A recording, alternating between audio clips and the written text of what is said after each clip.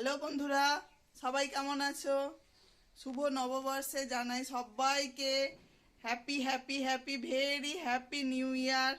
আমার সমস্ত বন্ধুরা সবাই যেন খুব সুখে থাকে, ভালো থাকে।